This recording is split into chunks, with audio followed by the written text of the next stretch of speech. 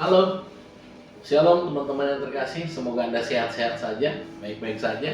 Hari ini tanggal 1 September itu tahun 2025 ya. Itu berarti kita sekarang ada di tengah-tengah demo yang luar biasa. Tapi izinkan saya mengajak Anda di tengah-tengah masa-masa ini untuk tetap merenungkan firman Tuhan ya. Saya angkat sebuah tema teman-teman, yaitu ada dalam Lukas 4:24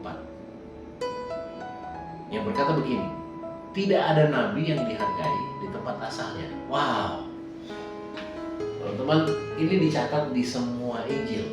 Injil mencatat hal yang sama dengan konteks yang berbeda. Contohnya begini, di Matius 13:57-58 juga berkata begini, lalu mereka kecewa dan menolak dia, Yesus ya. Maka Yesus berkata kepada mereka, seorang nabi dihormati di mana-mana kecuali di tempat asalnya dan di rumahnya, gitu ya.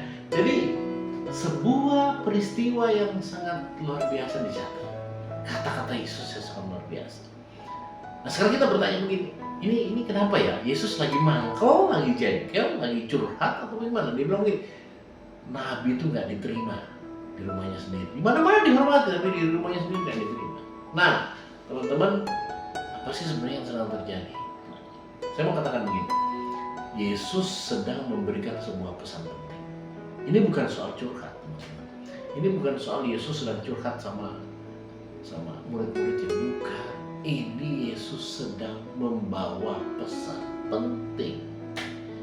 Kenapa pesan penting? Buat siapa pesan itu? Coba kita lihat sebentar.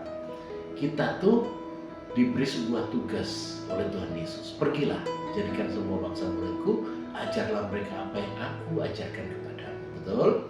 Ya, amanat agung, teman-teman. Nah, berarti setiap kita itu adalah membawa pesannya Tuhan. Sampai di sini setuju dengan saya? Membawa pesan Tuhan. Setiap kita.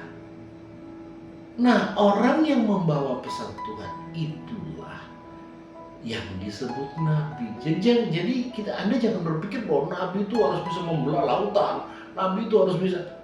No. Orang yang membawa pesan Tuhan itu namanya nabi.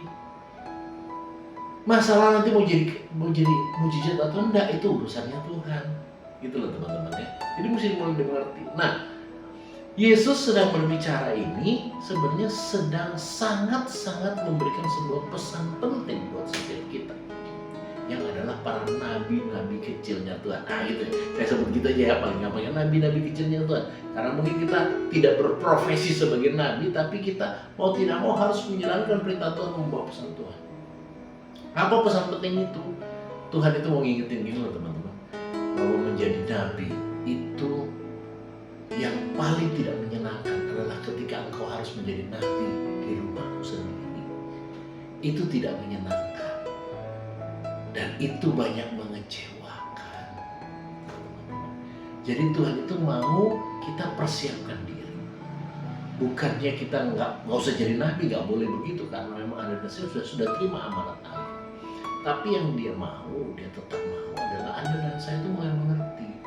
Tidak gampang menjadi nabi di rumah sendiri. Apalagi dengan orang-orang yang mengenal kita, bahkan mungkin mengenal kita sejak kita muda, sejak kita masih nakal, sejak kita masih sontoloyo begitu mungkin teman-teman ya, dan kemudian menjadi pembawa pesan Tuhan. Tidak gampang. Ini yang sedang Tuhan bicarakan. Jadi Anda dan saya jangan patah arang, jangan patah semangat. Karena apa? Karena engkau adalah pembawa pesan Tuhan. Tidak gampang, tidak mudah dimengerti teman-teman yang terkasih. Ya, tetapi teruslah berjuang. Ya sama dengan saya katakan beginilah teman-teman, menjadi seorang insinyur itu nggak gampang loh. Betul ya teman-teman ya. Ketika Anda sekolah saya bilang menjadi seorang insinyur nggak gampang. Tapi pertanyaannya, apakah Anda terus patah dan berkata begini, sudahlah saya nggak mau jadi insinyur. Nah kalau begitu nggak ada yang jadi insinyur se-Indonesia teman-teman. Ya, semakin saya bilang nggak gampang, itu berarti orang berkata begini, aku harus berjuang. Ini loh masalahnya. Anda dan saya diminta Tuhan untuk terus berjuang. Itu sebabnya dia bilang begini, nabi tidak dihargai di tempat asal. jangan kecewa. Karena aku udah bilang bahwa Nabi itu nggak akan dihargai. Karena aku sudah bilang bahwa engkau tidak akan dihormati. Itu akan terjadi. Teruslah menjadi pembawa besar Tuhan, karena itulah yang Tuhan mau dari engkau. Ya, mujizat terjadi kalau engkau percaya. Ya, firman Tuhan berkata, dan karena tidak percaya mereka, Tuhan Yesus tidak banyak membuat mujizat di daerah itu. Ada dua faktor penting dalam mujizat. Yang pertama adalah kepercayaan, yang kedua adalah rahmat Tuhan yang bekerja. Dua-duanya harus terpenuhi. Hanya percaya, tidak ada rahmat Tuhan, tidak terjadi mujizat. Hanya ada rahmat Tuhan, tidak percaya, tidak terjadi mujizat. Jadi dua-duanya harus ada supaya rahmat Tuhan. Disitulah konsep kenabian diperlukan.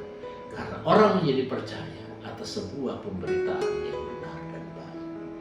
Dan kemudian orang itu percaya dan mengakui, sungguh-sungguh melihat kemudahan Tuhan, rahmat Tuhan bekerja, mujizat terjadi. Nah, konsep ini harus dimengerti dengan baik, teman-teman yang terkasih, supaya Anda juga tidak bertanya-tanya, kenapa sih Tuhan Yesus sampai curhat? Bukan curhat, sekali lagi saya katakan, Dia sedang memperingatkan setiap kita bahwa akan ada masa-masa yang penuh tantangan untuk melayani Dia.